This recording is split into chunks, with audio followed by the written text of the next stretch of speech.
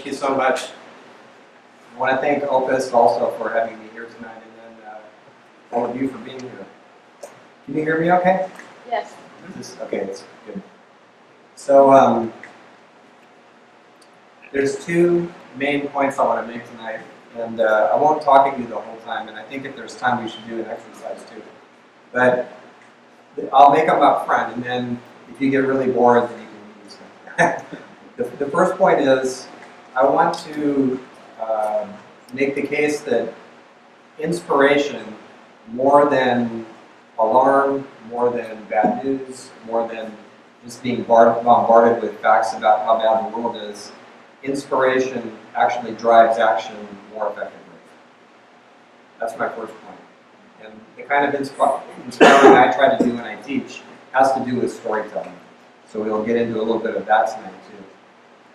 The second point I want to make is that there is a lot of wisdom in ancient mythology for how to align ourselves with the planet that we live on, because right now we're not. And if you read the news, you know all about that.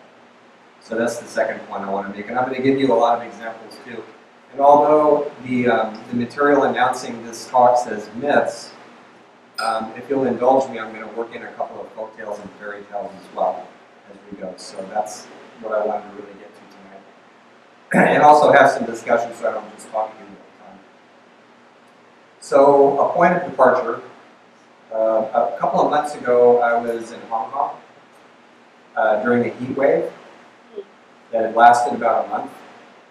And it was an appropriate time to be there for a conference that was put on by 3 universities in Hong Kong, and I was asked to be one of the keynote speakers. And the conference was on the Anthropocene, which is a word that some ecologists are now using for the epoch of us in terms of our impact on the planet. So the Anthropocene is a reference to the fact that we are now a geological force. That was the conference. It was just as uplifting as you might have thought.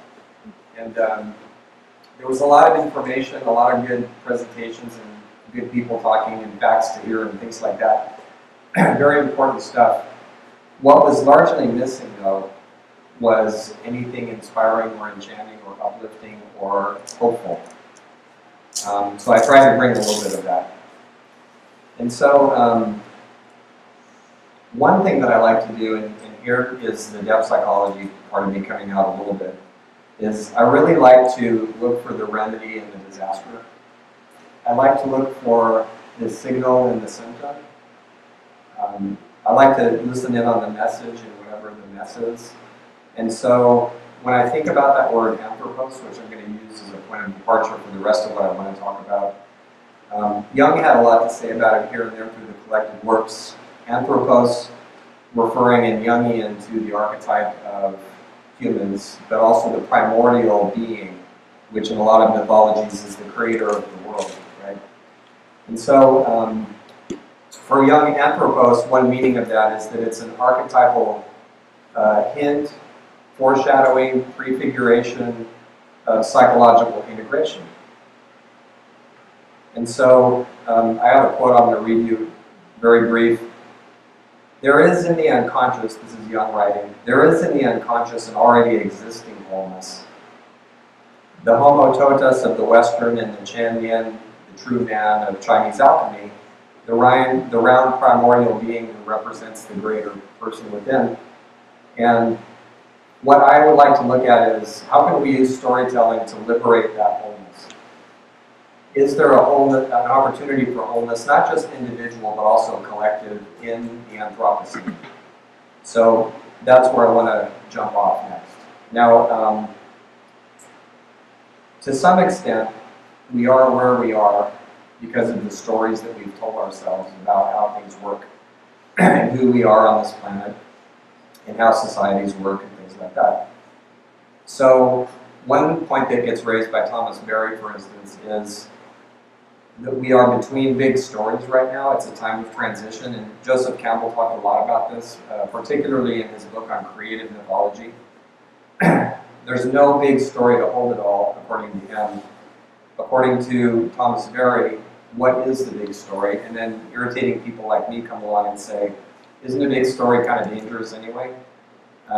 Big stories don't have a good history with the people who get left out of the story. But be that as it may, one of the things that Campbell speculated about was that in some ways, science can give us some material to tell stories with. And he talked a lot about how mythology has the various functions that we've probably all heard about. One of them is the cosmological.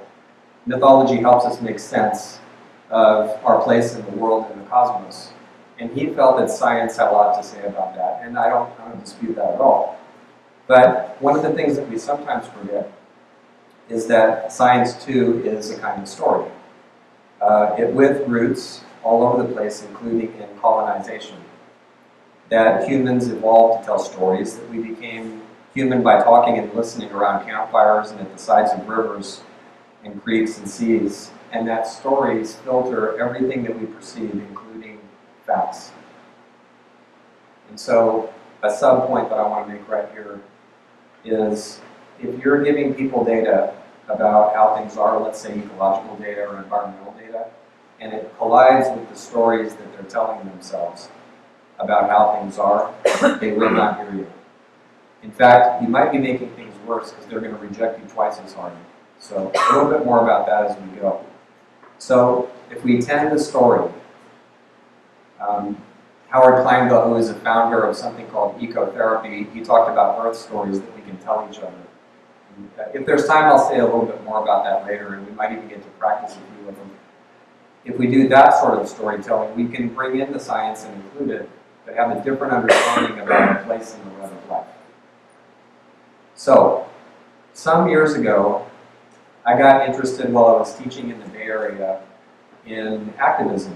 I never got interested enough to become an activist. I just didn't feel like it was my calling.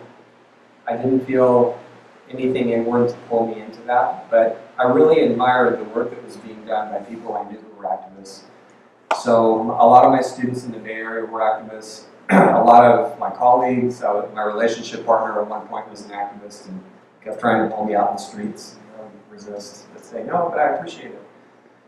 And so I have a lot of respect and admiration for activism, which isn't always the case with those of us who are concerned with mythology and depth psychology, and some of us don't like it too much. But be that as it may, one of the things that I noticed was that in a lot of the activism that was being done, and this was a personal reflection, by the way, and it's not a criticism, there wasn't anything in it to pull me forward.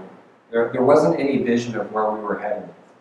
I couldn't get any image of how should we live on this planet, or what is working really well. There wasn't anything to inspire me.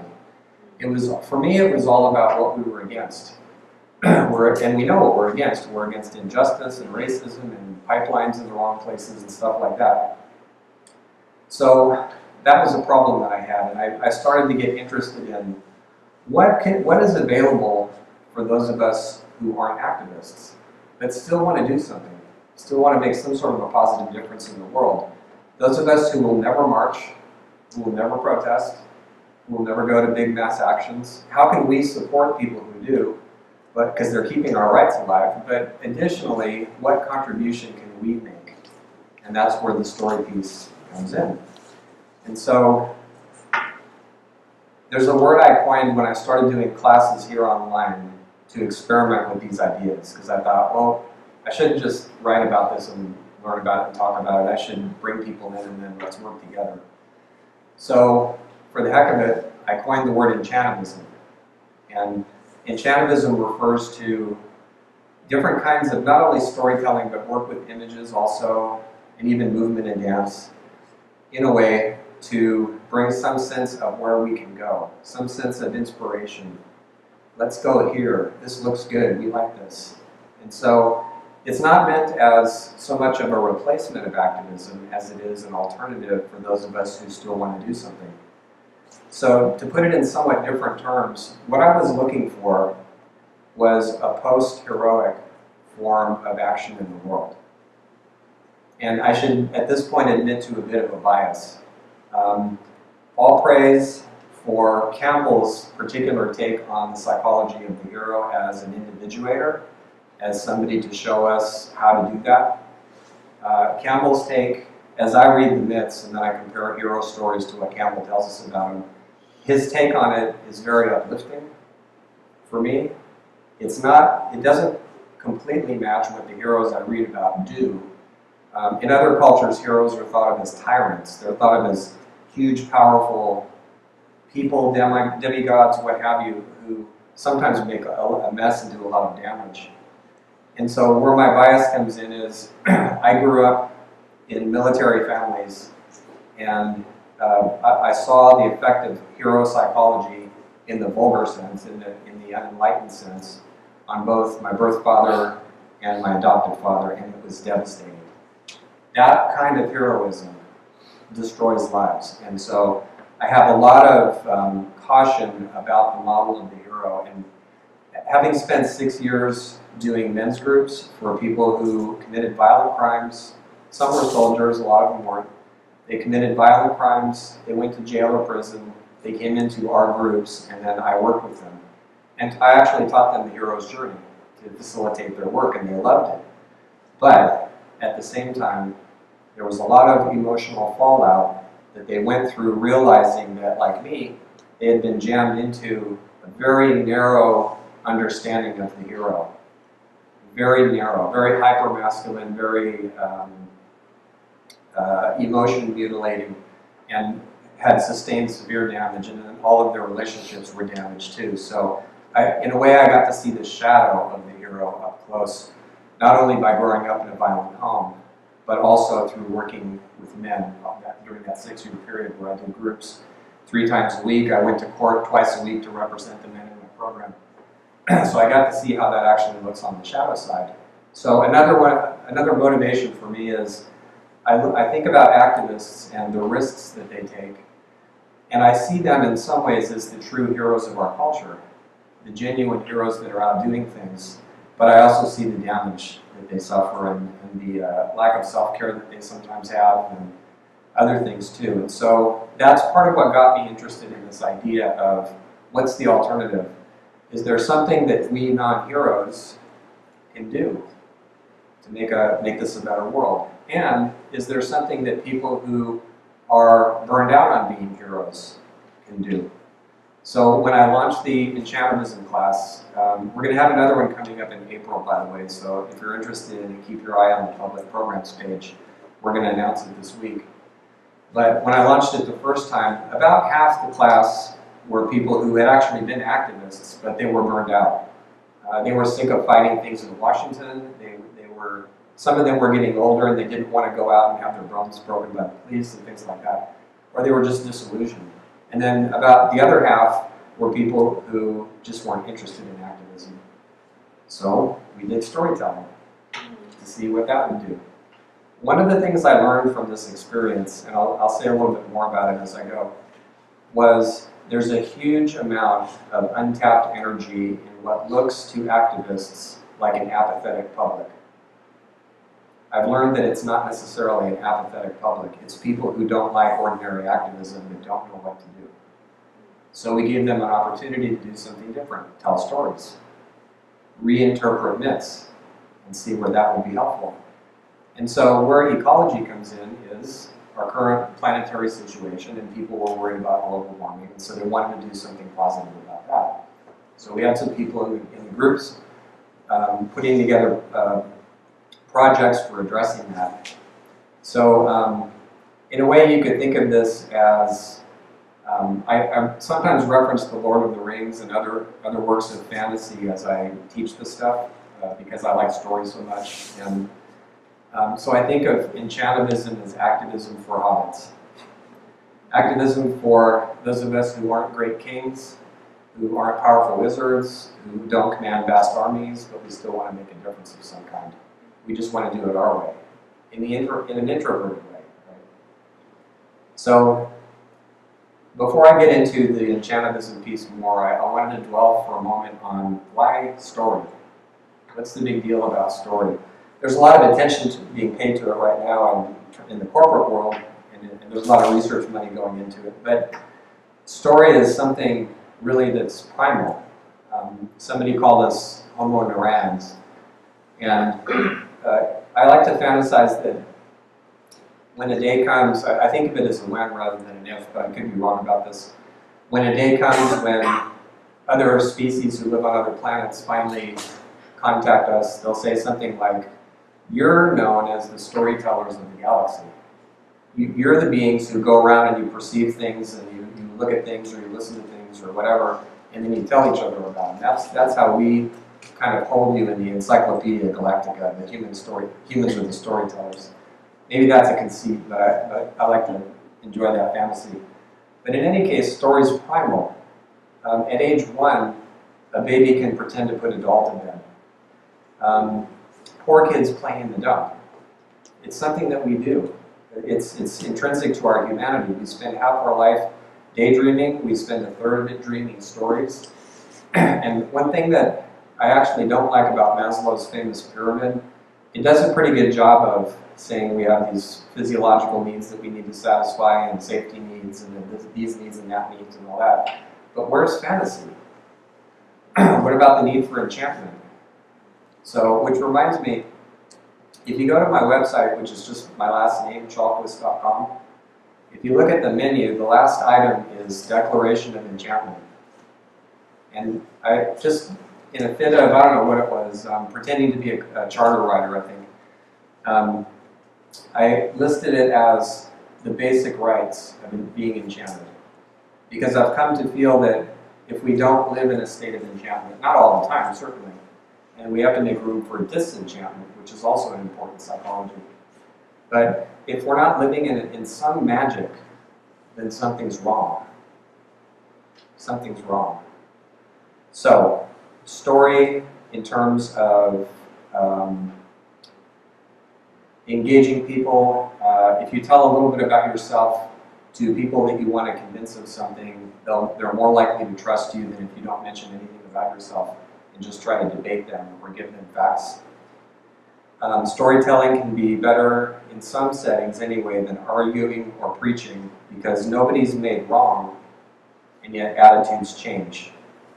And part of it is because stories, instead of pushing on people, go do this, go do that, they pull us. They pull us in. Many years ago, growing up in Southern California, I expressed my unhappiness with the high school I was going to by setting it on fire. And it was actually interesting for me when I finally caught up with my birth father. I had met him when I was in 21, I think it was. And one of the first things he asked me when we finally had some time together, he said, "What kind of trouble did you get in when you were younger?" And I said, "It sounds like you had your share." And he goes, "Yeah, but what did you do?" And I told him about it. And he goes, "Yes, I set a bunch of stuff on fire. It's a family thing, you know." Because we burned Rome to the ground. And I was like, that's way more intense than what I did in high school. Fortunately, the police were there and put it out, so it wasn't serious. But I'm mentioning this because my parents were furious and hardly talked to me about it. But my grandparents happened to be visiting at the time. And so my grandfather came up to me and said, "So about the high school that you set on fire, why did you do that?" And I told him about being bullied and boring classes and this and that and this, And he heard me out, didn't judge me or anything like that. And then at one point he said, "What would you say the gain was from what you did?" In a totally neutral manner. And I thought about it, and I said, "Well, I don't see that there was any gain at all. I mean, now I'm on detention. I'm in continuation school for a semester," which, as a sidebar, was actually cool because I read all the Sherlock Holmes stories when I was there. So, dime on that work, right? I gotta repaint that wall, and it burned up, and this and that and this. So I don't see that there was a gain from it at all. And he said, "In revenge, there never is." And that was all he said. In revenge, there never is. So that's an anecdote that I've told hundreds of men who were incarcerated because they were into revenge, and look what it got them. So that's a very small example, a very minor example of what I mean about how a story can reach into territories that just lecturing people can't. Stories can handle conflict, complexity, and paradox better than simple linear logic. They welcome in intuitive knowings that aren't always measurable. At one point, Johnny Cash was told by his record company when he was an up-and-coming performer, you know, it was a very early use of computer demographics in that industry, and they said, you know, our numbers say that your music is appealing to the wrong audiences. And so you need to change both the tone of your music and the lyrics to focus on these audiences over here. And Johnny Cash said, you're fired. And he went out on his own, and he made a ton of money and won many Grammys. The record company was sold off at a loss to its competitor. So he trusted his intuition and it worked out. Sometimes it doesn't, but it did in this case. It's easier to empathize with a character in a story than it is sometimes with an abstract argument. Stories can reach across many different divides: political, cultural, religious. To act differently, people must think and feel differently, and those require new stories to tell them what inspires them, what energizes them, how things actually are. And here's a point I'm going to return to a few more times. A single story can exert absolutely enormous impact. One story, right? I sometimes hear people say, storytelling's not enough. We have to have action and legislature, and that's often true. However, there's Uncle Tom's Cabin, galvanizing Union efforts during the American Civil War. There's the Kalevala in Finland. It's a collection of fairy tales. And at one point, when Finland declared its independence, they eventually instituted a Kalevala Day. It's their national epic.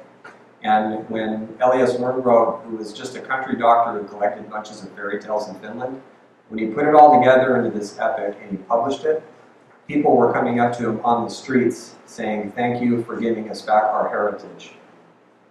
And then years later, a young professor, I'm not sure if he was at Oxford yet or not, asked himself, why is it that England has no mythology? And his name was J.R.R. Tolkien, one of countless people who were influenced by this book. Roots was the most watched film of its day, and we'll have other examples as we go. So, in terms of exemplars, when we do the program on enchantism and we look for kind of our heroes, they don't always exemplify every bit of this, but oftentimes they have key pieces of it. So I just wanted to mention a few of those very briefly. Nichelle Nichols is one of them, showing us what a diverse future actually could look like.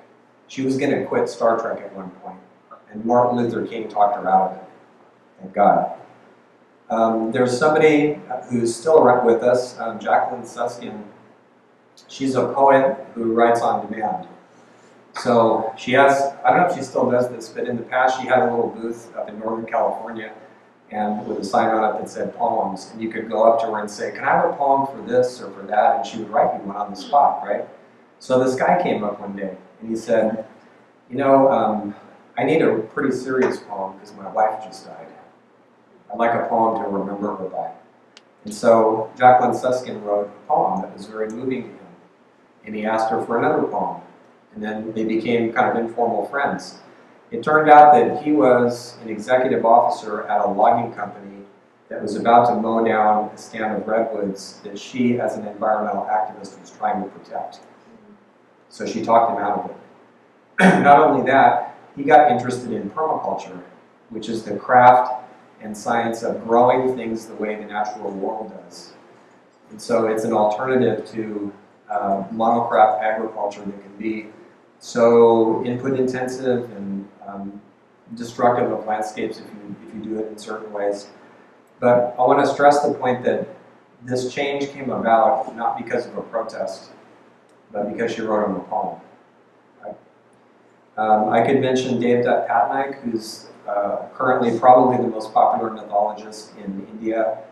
He uses retellings of, he's written dozens of books, he uses retellings of Hindu myths to talk about the importance of diversity. Ruben Wu is a landscape photographer, and he positions the camera in such a way that stars make halos around mountains that he photographs, and he does this to remind us that they're sacred places. I could mention a lot of other examples, but I want to move forward a little bit. Actually, let me give you just a couple of brief examples of what has been done in the classes that we did, the enchantment classes. So, when I teach this, it's sort of a two-phase operation. I'm trying to put action and reflection back together because when they're severed from each other, both suffer. So on the one hand, when there's only reflection, sometimes there can be an idea that journaling will change the world. And journaling is definitely a good thing to do. But it's not necessarily a replacement for actually being out in the world doing something. But on the other hand, action without reflection can be a disaster. It can turn into acting out. I mentioned earlier activist burnout, things like that, lack of self-care. So what I wanted to do was put them together in such a way that we start with the reflective piece. And I would ask people, think about and keep an eye on your dream life. Is there an image that, when it shows up, connects you to the world somehow? And a lot of nature images came up when we did this. Animals, landscapes, elements, things like that.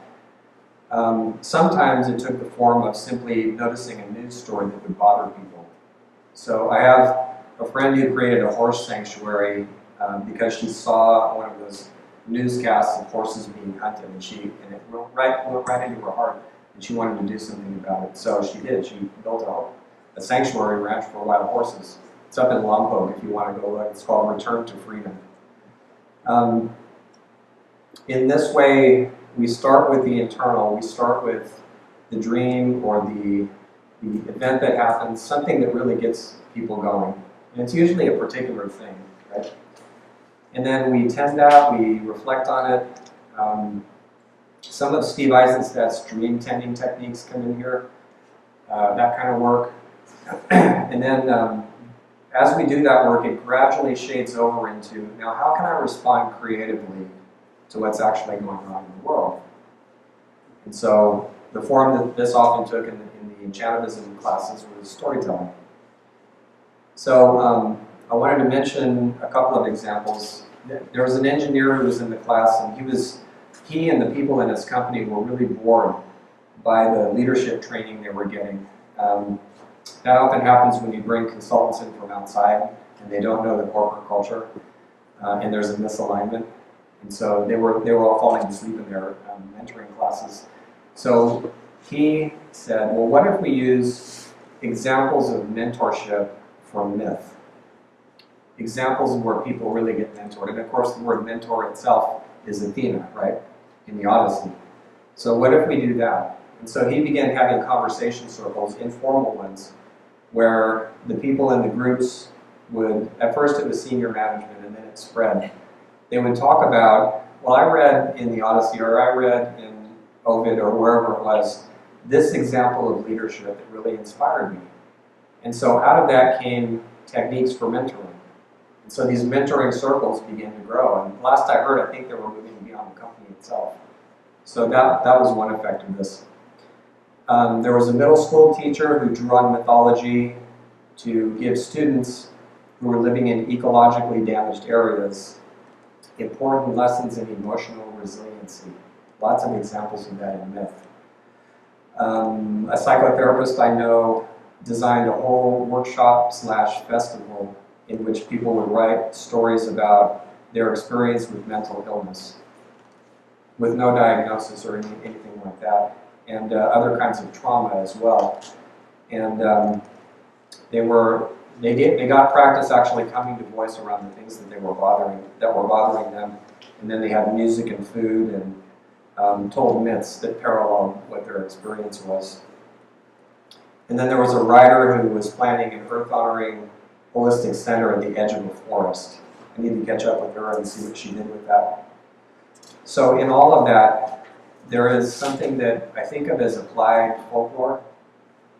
And by applied folklore, I mean retelling the stories in a way that shows how they fit the time that we live in and the struggles that we have. So that's the point I'm going to get onto next. One quick word about folklore and myth before I plunge in there. Actually, a couple of things. So, folklore is usually used as an umbrella term for many different kinds of human storytelling, some of it based in tradition. So, myth is a form of folklore, fairy tales, folk tales, legends, fables, and so on, right? And I'm going to focus on myths, but as I mentioned earlier, I'm going to bring in some folk tales and fairy tales too. But I just want to put a bookmark here. Ancient myths come from, I think we all know they come from oral cultures. They're originally spoken. Sometimes they're connected with ceremonies, sometimes not, as far as we can tell. And an oral culture's psychology is very different from a literate culture where everything is written down, right? There's a lot of emphasis on huge characters, big dramas, not a whole lot of psychological introspection. The introspection is there, but it's built into the story. And the story itself is packed with information of different kinds. There are codes of cultural conduct in myths. There is, as we're about to see, there is ecological wisdom that's coded into myths. There are cosmological ideas coded into myths, all of this. But if we don't read them with an understanding that they come from an oral culture, then sometimes there's a bit of confusion about the written down version being the myth. So it's just something to be aware of, particularly in our day when myths from all different lands are available all over the place. You can go on the internet and pick a myth up anywhere, right? Second point I mentioned before, which is that one of the reasons that so many myths have nature wisdom in them is because they come from cultures that do not experience themselves as separate from the natural world. That's a very modern way of looking at things. James Philemon in a documentary referred to that as a thought disorder. Be that as it may, it's very recent. So all of our ancestors didn't make that split, right? So it's no wonder there's so much nature wisdom in myth. And it wouldn't be going too far to say, and I don't mean this reductively, to say that myth is intrinsically natural.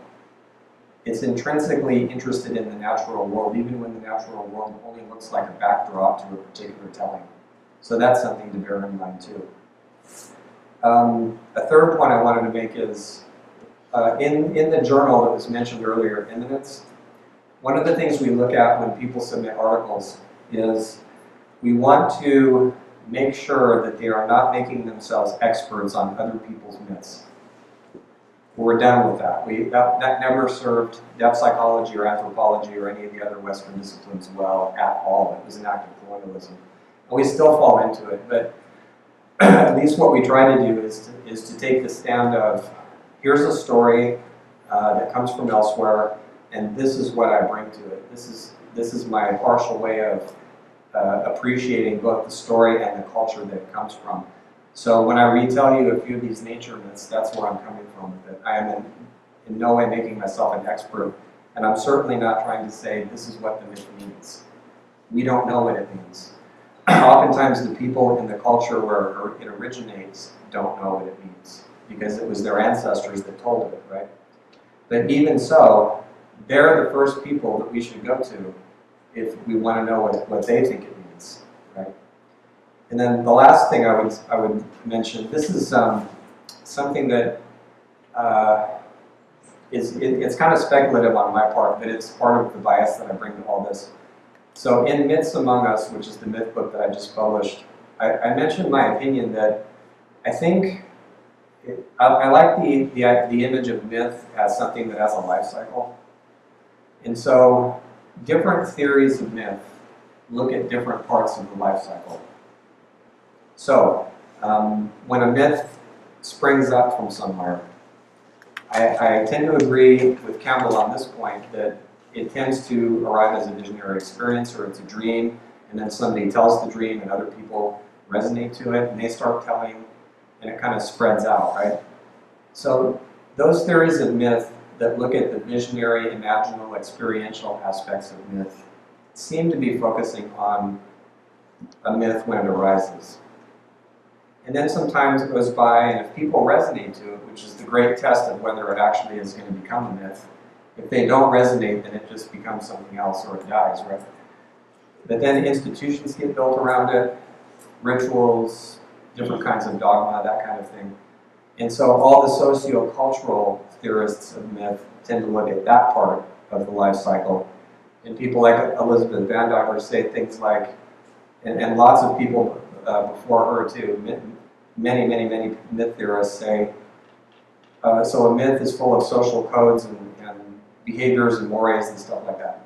So they're looking at a myth once it becomes institutionalized. The myth ritual people look at myth when it becomes religious. And then fast forward a little further, eventually, and I don't mean this in an evolutionary sense, but eventually there starts to be a divergence between the collective consciousness of the people and the myth. Not necessarily them advancing beyond it, but it's been around a while, so it's getting to be kind of an old telling, right? And their psychology is perhaps going elsewhere. And so when this happens, different things can befall a myth. Some people defend it zealously and actually become zealots or fundamentalists. Some people fictionalize it and they turn it into literature, which is where a lot of fairy tales come from. Some people regard it as nonsense and they rationalize it. There's different things that can happen. When a myth reaches that point, if it's not held consciously, and there's a lot of people that are interested in defending it as truth, it can turn into a zombie and start eating people.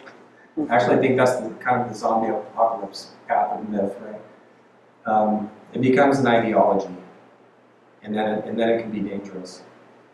So all of these and other things can happen to a myth as it goes forward through time, and then somebody comes along, a romantic storyteller or poet, or a visionary like Jung, or somebody, and they say, I think that in our time, this actually means that.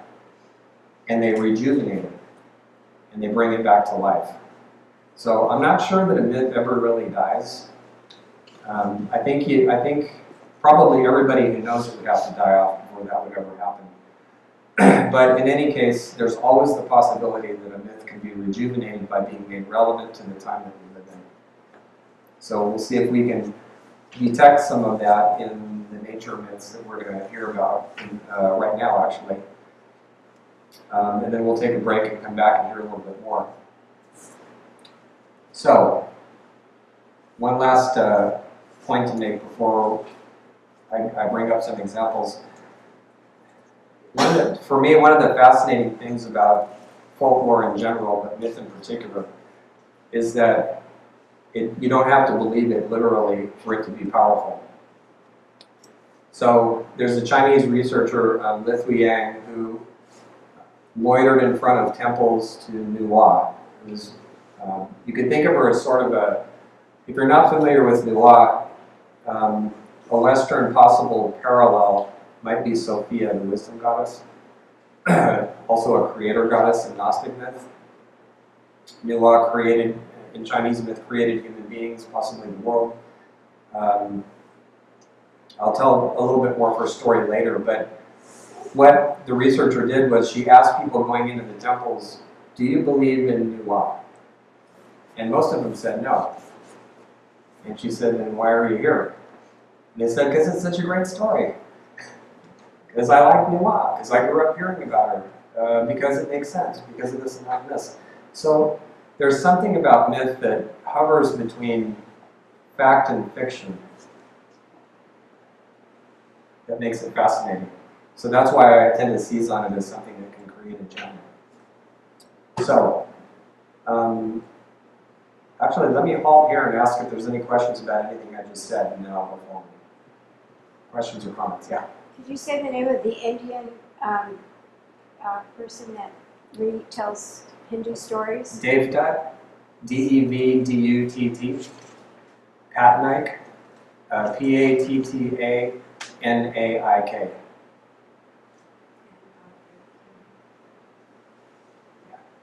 He's there. He has a bunch of YouTube videos too, so you can hear him present in TED Talks as well. And the word at the very beginning, anthro something, about us being a geological force? Yes, an anthropogenic force. How do you So spell we're now in the Anthropocene. So it's anthro, A-N-T-H-R-O-P-O-C-E-N-E. Anthropocene, yeah.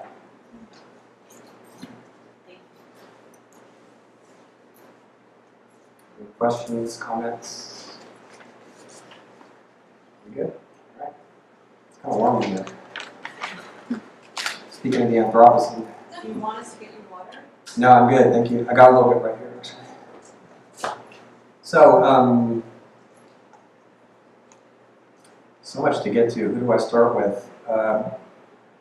What I'm going to do is give you examples of, we'd be here all night if I fully told the myths. So I'm going to just sketch most of them. I'll tell a couple of them, but I want to give you examples of what I take to be lessons about how to actually get along with the natural world in the stories. So one of the ones I would mention right off the bat is probably one that maybe everybody in here has heard of. Has anyone in here not heard the story of Philemon and Baucis? A couple of people, okay? I won't retell the whole thing, but I will give us a quick summary. So there is a dilapidated house on the edge of a village with two poor people in it, a man and a woman who are married, Baucis and Philemon and Baucis. And one night, two strangers come to town, and they knock on all the doors of every house in town, and nobody lets them in. So Baucis and Philemon let them in. And although they're poor, they show them hospitality, xenia, to use the Greek term. And so they give them what dinner they can.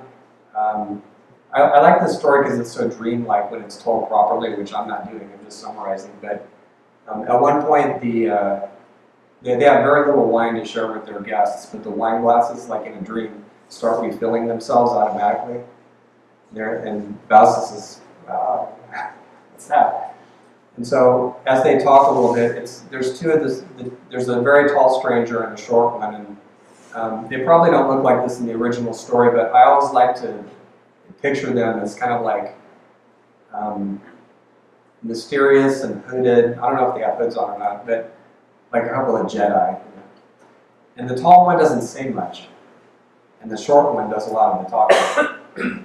And so at one point, Philemon decides to kill a goose so they can have something to eat. And the goose runs around the place to get away from him, and it jumps into the lap of the big stranger. And he says, "You don't need to kill a goose. Don't do that." So he saves it.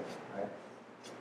So when it comes time to show them to their rooms, the strangers stand up and start glowing, at least in my picture of how this works. And it turns out that the tall one is Jupiter, the king of the gods. And the short one is Hermes, Mercury actually. That's a Roman story. And so the couple bow, and the gods tell them, "You're the only ones in this whole village who showed us xenia. And so as a result, we will destroy this village. So go up on the hill behind and climb for about the length of one arrow shot, and save yourselves from the flood that's coming. And then afterwards, you can come back, and when they do, the house is transformed into a temple, and they never have to be poor again. And when they die, one of them becomes an oak tree, and the other one becomes a linden tree in the temple of the gods." And so one of the things I like about this story, it's not usually told from an ecological perspective, but I'm often struck these days by the parallel, especially in this country, where we're kicking out the stranger as fast as we can, and the seas are rising. I'm not saying that's a causal relationship, because I don't think it is, but it's an interesting parallel to me. Also, the fact that the word xenia is one root of the word xenophobia, hatred of the stranger, right? So Zeus, in his aspect as the kind of the exemplar of hospitality, is referred to as Zeus Xenia, which I take as a reminder to show hospitality to the stranger. And I don't know what's happening with the linden trees, but when I look around here at the oaks, they don't look like they're in very good shape. So there's a lot of, I think in this story there's a lot of ecological warnings that are possible. And some myths seem to be that way. I don't want to reduce a myth to an allegory. This is just one of an infinite number of ways of holding this story. I want to keep emphasizing that. But as I look at it through an ecological lens, those aspects stand out, and saving the bird from being used as meat strikes me as well. So along the lines of warning stories, one other one that I should mention that's from Korean folklore, and again, I'll summarize it without telling the whole thing. It's the size of a short story, so we'd be here a while if I did that. But this story always feels to me like kind of a Californian story too, in a way, for reasons that will become apparent. There is a kingdom in Korea that is prospering, but it's in danger and it doesn't know, right? So different spirits of the land begin showing up and dancing. And so the king sees this, and the king has a priest who reads oracles. And on the one hand, they appreciate when the spirits and the dragons and other beings show up. But they have forgotten how to speak some of the nature language that's used as the title of the dances that they do. So when the dragon shows up and dances, that dance has a specific nature name that nobody currently understands in this kingdom. So what they do instead is, the king says, wow, look at the dragon, let's build a pavilion and honor the dragon, right? So they're like, in many ways, they're like all of us who, appreciate a warm day, or, a beach to walk on, or what have you, but we don't remember how to actually read what the warm days and the rising beaches mean. So all through this Korean, it's not specifically either a myth or a folktale. That's kind of a Western distinction. But in any case, we can hold it as either one. Throughout the story, there's different spirits who show up and they do a dance. And the king always wants to, and the priest, they always want to kind of do something decorative to honor the spirits, but they don't heed any of the warnings. So on the last day the kingdom is standing, the mountain spirit comes down and does an elaborate dance in the pavilion in front of the king. And the king goes, wow, what a great dance. And what nobody realizes is that the title of that dance is He Who Governs Wisely Understands the Signs of the Time and Tells His People to Flee Immediately in Great Numbers. Oops. And the king says, let's build a pavilion. Wow. And the kingdom is wiped out. So possibly something there for us in terms of a warning. I want to switch, before I go back to myth, I want to switch to folktales and fairy tales just briefly before we take our break here. There's a story by the Grimms that goes by different names, All Kinds of Fur or 1,000 Fur. And this one reminds me a little bit of contemporary events. Actually, they all do. In this story, there is a princess, a beautiful princess. They're often beautiful, aren't they? In folktales, anyway. And they, at one point, she realizes that her father is a lecher, and he has designs on her. So she realizes that she has to get away at all costs and leave this corrupt kingdom behind. So she isn't sure how to make her escape. And then she goes out in nature and realizes that if she takes a little bit of fur from every animal in the kingdom and weaves a cloak, that she can wear it and disappear into nature. And then the story goes on from there, and it has other twists and turns. But this is one of several examples that I could mention, actually a bunch off the top of my head, of learning something from the natural world that we really need to know. And there's a science that's underway right now. It's relatively new, called biomimicry. And it refers to approaching the natural world as a mentor rather than as something to exploit. And so a biomimicry scientist might ask questions like, how is it that termites can build a hive that withstands a 9-point Richter scale earthquake, but we can't? And that during the summer regulates its own temperature better than air-conditioned skyscrapers would. And so you start studying, how is it that nature worked this out over billions of years? What are the principles? How is it put together? How does a spider weave something that structurally per unit is stronger than steel, but doesn't need a blast furnace to make? So in these tales, there's a lot of that kind of learning from nature emphasis. There's one, this is another Grimm story called The Queen Bee. So there's a young son who prevents his brothers from destroying an anthill, some ducks, and a beehive. And he goes on to accomplish 3 difficult tasks, and he gets help from ants, the ducks, and the queen bee. And at one point, his brothers, who are bullies, get turned to stone. But because he's compassionate, he actually asks the animals to help bring them back to life, and they do. So again, learning from the natural world. There's another brother in a Hungarian folktale called The Grateful Beasts. The younger brothers take all the BS, you know. He is lamed and blinded by his brothers, and he's left for dead, sitting out somewhere desolate. And he happens to hear a couple of crows talking to themselves. And one of them says, you know, that lake nearby has healing waters that will restore broken limbs. And the other crow says, yeah, next to the lake there's this great hillside that's covered with dew, and if you put it on your eyes, it heals your blindness. And so he goes out and does those things. He drags himself along until he gets to the lake, and then he drags himself up the hill. But then he doesn't stop there. He actually brings a little bit of water and a little bit of dew with him on the road. And when he runs into other animals that are sick, he gives them some of it as well. And so this always reminds me of, I mentioned Howard Kleinbell earlier, the founder of something called ecotherapy, establishing healing relations with the natural world.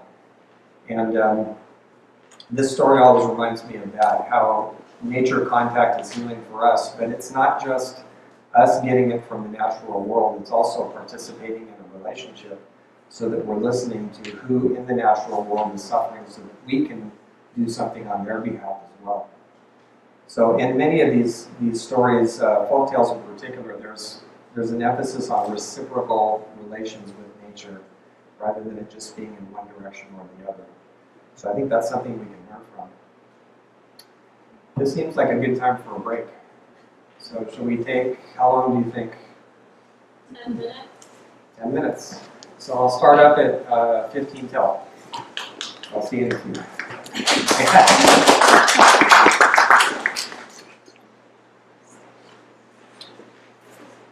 Which ones to get to? So there's a student at CIAS who grew up in Mumbai, and at least in parts of India, you're not looked on as crazy if you identify with a particular deity or are even named after one. It's just mythologically natural. And so this student she watched a lot of ecological devastation and gentrification happening in Mumbai growing up. And she came to have, as an artist, an appreciation for the dimensions of aesthetics in general and beauty in particular to our health. And she saw and did some research on how the capacity to enjoy the beauty of the natural world is greatly diminished when we're busy chewing it up, right? So she decided to frame her study, which last time I checked with her, she was still doing, in terms of, this was a while ago when I checked in with her, I should do that again. But anyway, she had such an interesting way of thinking about it. She said, in India, Lakshmi is a goddess not only of money and tidiness at home. So it's a common Indian belief that if your home is a mess, then you're not welcome in Lakshmi, and she'll get offended, right? But she's also a goddess of beauty. In some ways, she parallels the Greek Aphrodite and the Roman Venus, and then goddesses in other pantheons too who have the same functions. Freya for the Norse and many others. Enya in the Celtic. So, in the way she grew up, Lakshmi is not only a goddess in terms of like a noun, a being, something that you can go over there, but Lakshmi is also a style of being, which starts to sound kind of archetypal, And so one of her questions was, where is Lakshmi in how we build? Why do we not welcome her? Why is everything so damn functional and ugly? Now, Lakshmi has a sister named Lakshmi, who is ugly, hideously ugly, and a troublemaker. Why are our cities full of Lakshmi? Is the question, right? So I'm mentioning this just as an example of how this particular mythic presence can put us in a whole different conversation about things that you would never connect to myth, like architecture. So it would be interesting to see where she goes with that. Along the lines of Nuwa, she's a wisdom goddess, so one question we could ask about her is, where is she today? So in the Chinese, one of the Chinese stories about her, there are more than one. At one point, there's a powerful god named Gong Gong, and he's a bit of a trickster figure in kind of a negative sense, actually.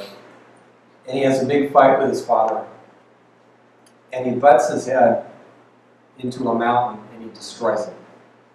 Unfortunately, the mountain was Mount Muzhou, which is one of the 4 pillars that hold up the heavens. And so when he destroys it, the sky collapses down onto the earth and turns black. And nobody can see, and the sun goes out. And terrible wars begin on earth. And so Nuwa becomes aware of this and alarmed by it and decides to intercede. And so, just to pause here for a second, for me, when I hear this part of the story, I think of Gong Gong as one of the original mountaintop miners. One of the original, not mining in the sense of just digging stuff out of the earth, but the people who destroy mountaintops. Mountaintop removal is what I mean. I should have said that.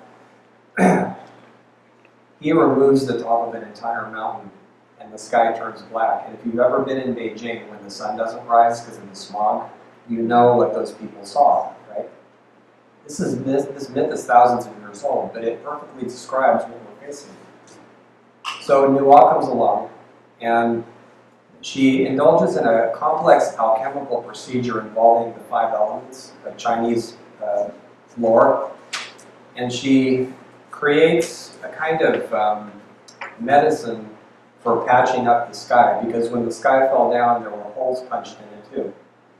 So she has to repair the holes in the sky. And then she takes the leg of a great tortoise, a magical tortoise, and she uses that as a mountain, and she props the sky back up again. So she repairs the damage that's been done. So when I've taught this to Chinese students, they all grow up hearing this story, but what I try to do is suggest that there might be an ecological dimension, and I ask them, where the news is Nuwa? Where's the ecological wisdom? How is it being applied? Who's doing it?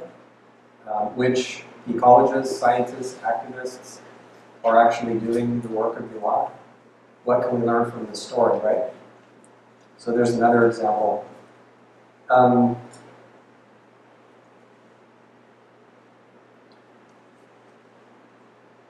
Lots of myths about exceeding the proper measure. So, to go back to India for a minute, Indra is, I think of him sometimes as sort of a, I don't try to translate it into Greek, but because I learned Greek myths first, that's kind of where my mind often is, and I try to find parallels, but without reductionism. And so I often think of him as kind of an early Zeus figure, a sky god, powerful, reigning over everything. And Indra at one point decides that he wants a cosmic palace that is larger than anything that's ever been built. And so Vishwakarma is the architect of heaven, and he works for thousands and thousands of years to build this palace, and Indra still isn't satisfied. So Vishwakarma finally goes and has a conversation with Vishnu and says, you got to do something about Indra. I can't do this anymore. I'm not getting paid for millennia, right? So one day Indra is sitting in his palace, and Vishnu comes in the form of a small blue-skinned boy, which I think all by itself is a message. I think it's a hint about the immaturity of where Indra is coming from with this enterprise, you know. And Vishnu comes in and says, nice palace. It's bigger than anything any of the other Indras ever built. And Indra says, other Indras? Oh yeah, millions of incarnations of Indras. But this is the biggest palace, right? Then there's a line of ants that are marching across the floor, and Vishnu looks at him and he laughs. And by this time, Indra is thoroughly irritated, and he asks him what he's laughing at. And he says, I probably shouldn't tell you this, but each one of those ants is an Indra. Reincarnated as an ant to learn the lesson that you still are not learning in this lifetime. And so, and then Shiva puts in an appearance and gives them not a lecture, but kind of a graphic illustration of how long the gods really live, right? In that whole space, Indra, who himself is a god, is just the blink of an eye. And so he's completely deflated. And so when his wife comes home, he says, I'm giving up on the palace. I'm not going to build it anymore. I think what I need to learn to do is be satisfied with what I have and maybe try to be a good husband. So there's a lot to learn there from that in terms of what we gain, what we accumulate, and all that. But as a little bit of a side note,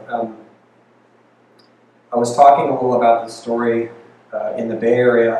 I was presenting some time ago to a group called the High Ground Hackers, and they do technological projects for different social endeavors. Like they asked the question, how can technology help us with school shootings, for instance?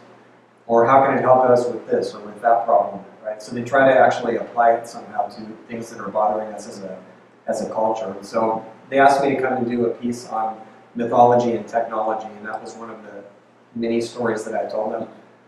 And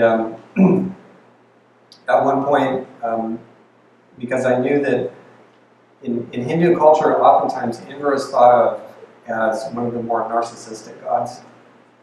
So when you think about what we use the internet for, particularly things like Facebook and Twitter, my question to the audience was, maybe should we rename it the Indranet?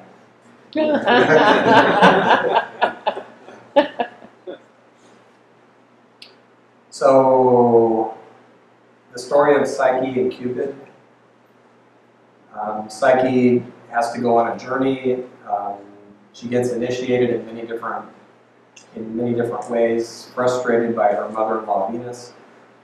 I just wanted to briefly mention that there's an ecological dimension to that story too, because at one point she's given impossible tasks. At this point, the story reads a bit like a fairy tale or a folktale. She's given impossible tasks to do, and the ants have to come and help her. And at one point, an eagle comes and helps her. She gets so full of despair that she's about to jump off a tower, and the tower itself tells her not to kill herself. She has an encounter with Pan, and he gives her advice. So, in a sense, one might say that not only Psyche, but our Psyche learns humility from repeated encounters with the natural world, and how the more than human has so much to tell us. Many ecologists think that part of our problem with our planet is that we're in a narcissistic bubble where we think we're masters of nature. And did anyone see that image that floated around the internet about a year ago? Somebody took a really famous painting, I forget the name of the painter, but it's that famous picture of Narcissus, that painting of Narcissus where he's laying on one side and he's admiring his reflection in the water. And somebody changed it so that the water was his cell phone. It was great. It was such a great image. But through not only encounters with, but having to be mentored by the natural world, psyche grows and learns humility. Right? Speaking of which, there's a guy who wrote a book called Emotional Lives of Animals. There's 2 books by that name, and I'm not referring to Mark Bekoff, but I can't remember the other author's name off the top of my head. And he had a moment like that, a big one, when he went out to the savannah somewhere in Africa, I don't know which country. He says it in the introduction. And he had some sort of a nature conversion experience, which I've undergone myself and I've seen in my students, where you suddenly get flooded with appreciation for the natural world and you get kind of high from it and exuberant.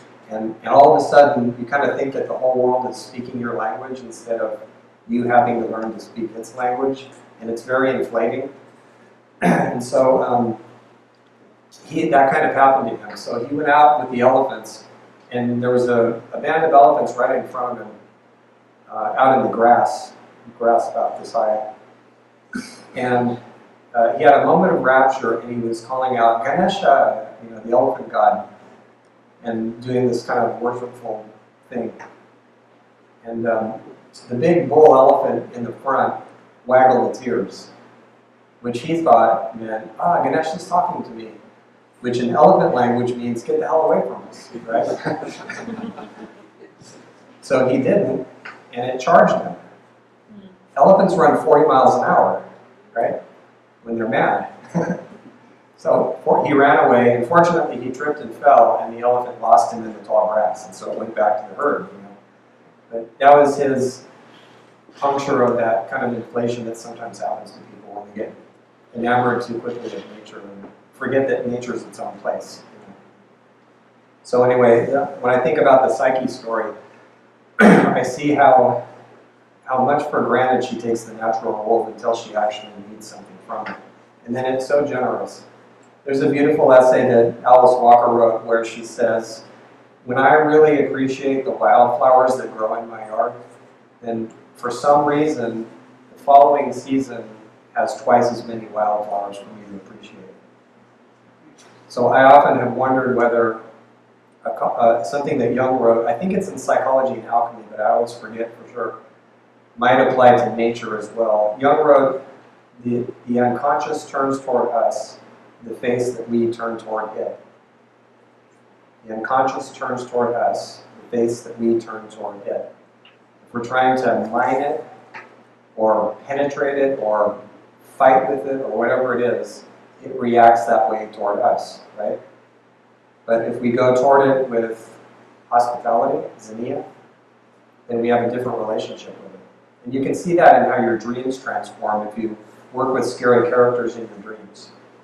If you host them and have the attitude of, I don't know why you're mad at me, but I'm willing to hear what you have to say, and you keep at it, then they change. I've seen this many times, not only in my dreams, but the dreams of students, and when I did therapy, I saw it in clients too. I think the world might work that way too. So one of the cosmic principles that I should mention as I'm going through this list here is trickster. And when things get a little bit too locked down or routinized, trickster shows up to shake things up a little bit. So there's a story from West Africa, I believe Nigeria, and there are 2 farmers who live next to each other. And when I think about their relationship, there's a therapy term that goes through my mind, pseudo-mutuality. What that means is, like, I was seeing a family once, and my training is in family therapy, and the family came in and I said, what kind of week did you have? And they said, oh, it was pretty good. We had a pretty good week. We got along really well and all this. And one of the family members was a teenager. So I made them my co-therapist. And I said, what kind of week did you really have? And then they told me the truth, right? So that's kind of what trickster does. And so these 2 farmers had a very polite, very over-respectful, totally unreal relationship. the way neighbors often do. And so when things get like that, something about the world responds with Trickster. So Eshu shows up, and he walks straight down between their fields. So I always picture, I guess they're monocrop farmers. They have these neat rows of one thing growing, which nature never does it that way, because if a bug comes along that likes your one crop, it's gone, right? Nature grows lots of different things together. It's kind of smart when you think about it, in guilds, you know. So anyway, the two farmers are there. Eshu walks down this road in between them, and he has a hat on, and it's red on one side and black on the other. And he doesn't turn his head, he just looks straight ahead as he walks down between the farmers, and he goes, "Hi there, hi there." And they start arguing about what color the hat is. It's red, no, it's not. You know. So then he turns the hat around, reverses his steps, and walks backwards between them and says, "Hey there, how's it going?" And this time they get so mad they start punching each other. But in the short term, it's chaotic. In the long term, it got real. They actually got to see, we don't really have this neat, cozy relationship that we thought we had. We have trouble. So now we got to work it out. And then from that can come the possibility of something real. So you see that all the time in the natural world. There's this kind of canard that human beings can be deceptive, but other animals cannot be. It's completely untrue. There are tigers that will kill game, and when they see somebody else coming, they'll kind of push it off to one side, and they'll go and pretend like nothing's there until the other animals go by, and then they'll go back to their game. You know? I mean, if you ever have had a pet that maybe it tears something up or something, and then pretends that nothing's wrong, you know how that works. Right? So there's the trickster stories. Let me just mention a couple others, and then let's have a little more discussion and back and forth about that. The world's first beekeeper, according to Greek myth, we'll go to the Greeks for a minute, was Aristaeus. And one day he came back to his hive, and all the bees were gone. Today we call that colony collapse disorder, right? So he went to his mother, who was a water nymph, and he decided to ask her because she was wise, and he had no idea, where did the bees go? And she said, you need to go talk to Proteus, who's the god of the ocean.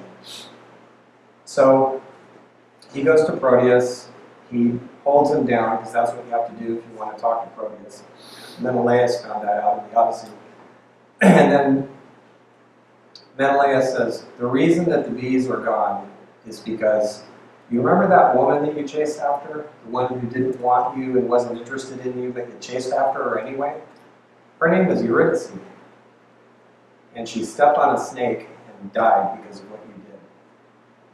So now she's an underworld goddess. So you've offended not only Eurydice and Orpheus as well, and all the gods that were watching, you've offended the underworld. Now bear in mind that in societies where people do not separate themselves from the earth, underworld means down there in the soil, oftentimes, right? It can also mean a metaphysical place, but oftentimes it means in the soil. You've offended the soil. So he says, what do I do? And Proteus says, well, first of all, you have to apologize to her and Orpheus and all the other ones that are offended by this. And then you have to sacrifice cattle. And so he does those things, and the bees come back. So let me ask you a question. What do you see in this in terms of our current situation? If we had to try to translate this story, some of its symbols, into contemporary terms, what does it mean, for instance? Actually, I'll give you a head start, and then I'll ask you the other question. So it strikes me that, first of all, Aristaeus talks to water. He talks to the wisdom of the water, his mother, right? So there's that strikes me. And then water, fresh water, tells him you need to talk to the ocean. and get the wisdom out of the ocean. So then he goes there, and then the ocean tells him what's up, right?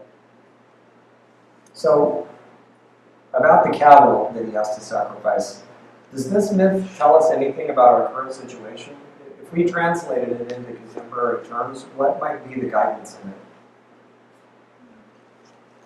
Stop destroying the rainforests with the cattle and all of them. The cattle are destroying so much of the forests in the world. Something about cattle.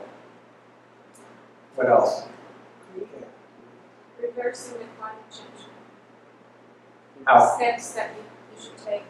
I heard one of the symptoms of the climate change is that the bees are disappearing. So that was a sign of it. Cattle production also takes a lot of fresh water and fossil fuel inputs, right, of different kinds. So there might be some ecology here to play with. Well, there's so many. There's the farming to grow the corn, the GMO corn for the cattle, and the factory farms, and the pollution, and the methane, and the Amazon, and all the forests. It's worldwide.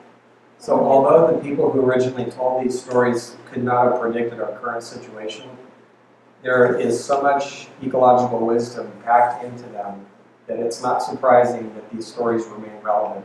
There's a book I want to recommend too by Sean Kane, K-A-N-E, called Wisdom of the Myth Tellers, and he gives examples from different cultures of ecological knowledge encoded into myth. And one of the things I like about this book is he doesn't try to reduce myth to ecology, because myth is more complex than that. It's got psychology and culture and all kinds of other things in it, spirituality too. What's the title again? Wisdom of the Myth Tellers by Sean Kane. I emailed him and I asked him if he's going to write more books about this, and I think he's working on one, so maybe we'll get more out of him. It came out a while ago, but it's a really good book. He talks a little bit about how in the story of Persephone being dragged down to the underworld by Hades, there's a lot of seasonal references and when you plant things and all that. So in many myths, there are examples of ecological wisdom that are still waiting in there for us to understand what that's all about. An ancient Egyptian would have looked at the stories of Isis, Horus, and Osiris and immediately connected them with, and Seth, I should mention him. So Seth for them is desert, the barrenness of the deserts. So when the deserts spread, Seth is growing more powerful. When the water rises up, Isis is growing more powerful. So these all have some sort of a nature or earthly connection.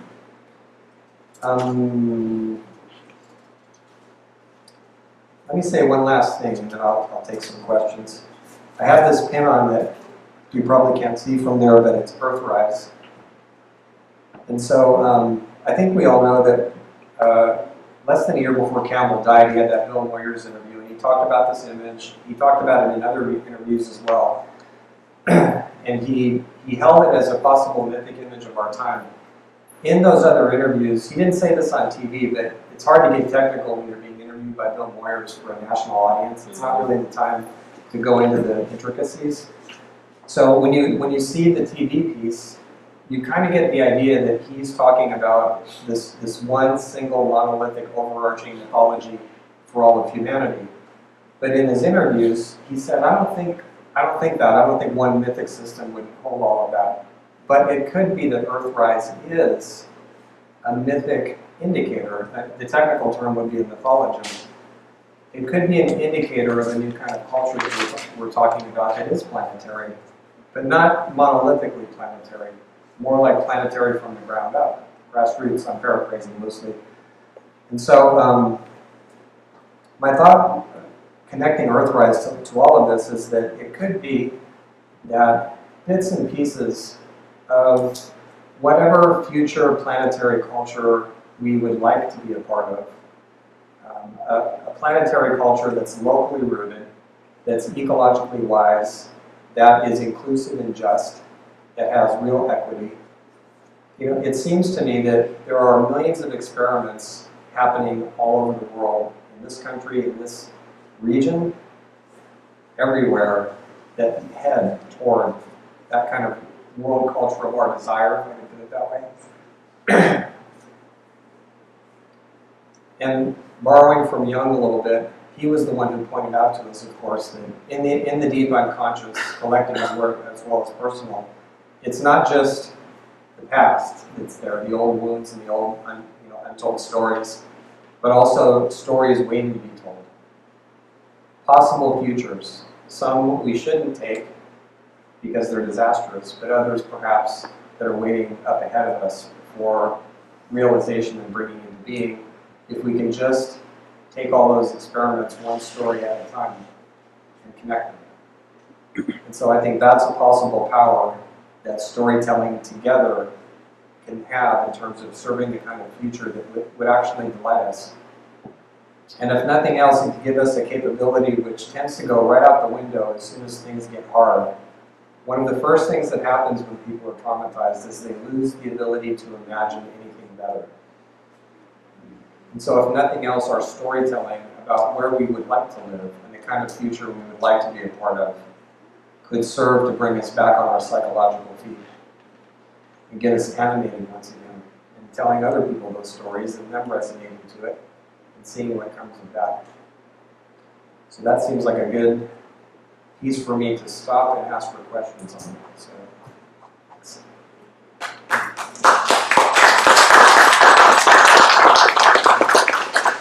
Seems like the last sentence following what, so let's go out and be activists. During the break, had a conversation, part of which was that what I'm suggesting is a form of activism, so I won't dispute that. In referring to activism, it's such a slippery term. I actually would like to consider myself in that light, but I feel bashful about it because I don't go to protests, and I haven't had the energy or the years of experience that real activists have actually had, real political activists have actually had, putting their lives on the line, and so I feel humbled by the things that they do, and that's why I have a certain reluctance in referring to myself as an activist. But I have a friend who calls me a storied activist, so I guess I can live with that. But for me, it's an honorary term. I'm not saying anything negative about it at all. So, as I said earlier, I think the real heroes in our culture are activists. And there's other heroes too, but they certainly belong in that category. Can I go back to the first hour and something you said about the hero and the military man? And I come from a military background as well. One of my biggest focuses is PTSD and recovering from. Yeah. And when you said that if we're not living in some type of enchantment, then something is wrong, do you think that if we could get back to the stories and they could start imagining something else, something healthy, something happy that could help them to heal? Yeah, that whole question of not only in being in the military, but other kinds of survivors of post-traumatic stress, and whether storytelling and enchantmism can help them heal. I think it can. I've actually seen that happen in the men's groups that I was a part of for so long. And there was something that on a family level that I think kind of saved my birth father in many ways. He never entirely got over his post-traumatic stress. He fought in the Korean War in some of the bloodiest ground fighting.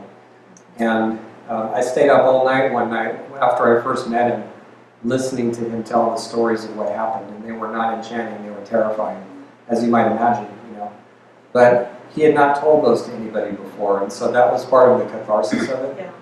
But on the enchantment side of it, I think one of the things that saved him, I often look for, I could be doing this a little too literal-mindedly, but when Jung talks about personal myth, I take him at his word.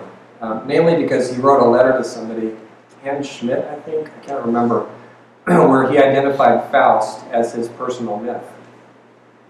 And he said, I came into this story, this is my burden to work with, and of course he made it come out differently.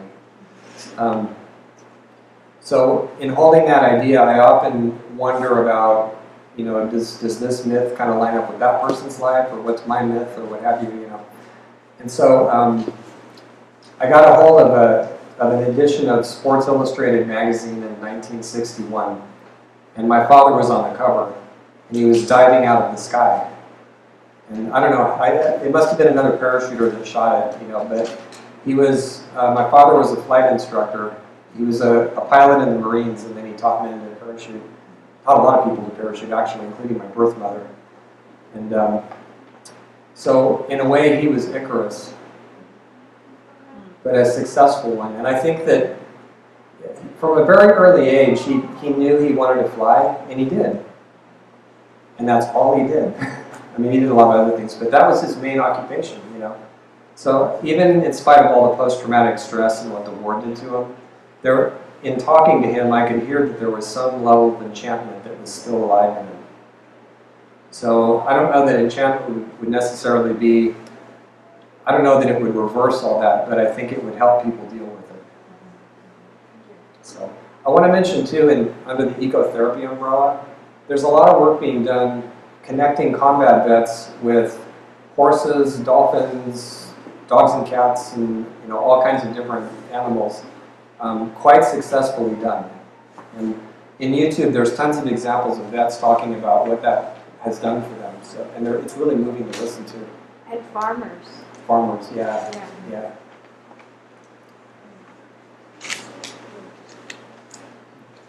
I'm wondering if you have seen and if you have thoughts on Aronofsky's film Mother. I haven't. No, I haven't. You've got to check it out. It's really a metaphor for this, how we're ransacking the earth. And he also uses a few biblical myths, Cain and Abel and others in it. It's pretty apparent. But, okay, I want to see. It's a contemporary myth. Yeah, check it out. Yeah. It's traumatizing.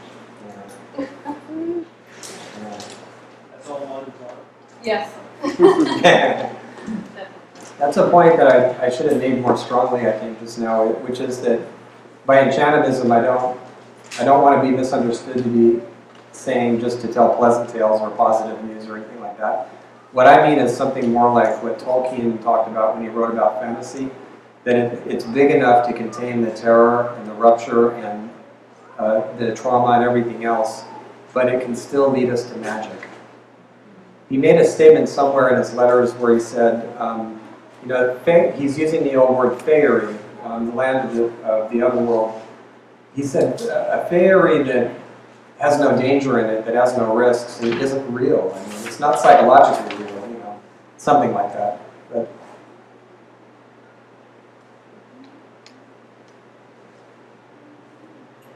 has anyone studied or written about Koyaanisqatsi,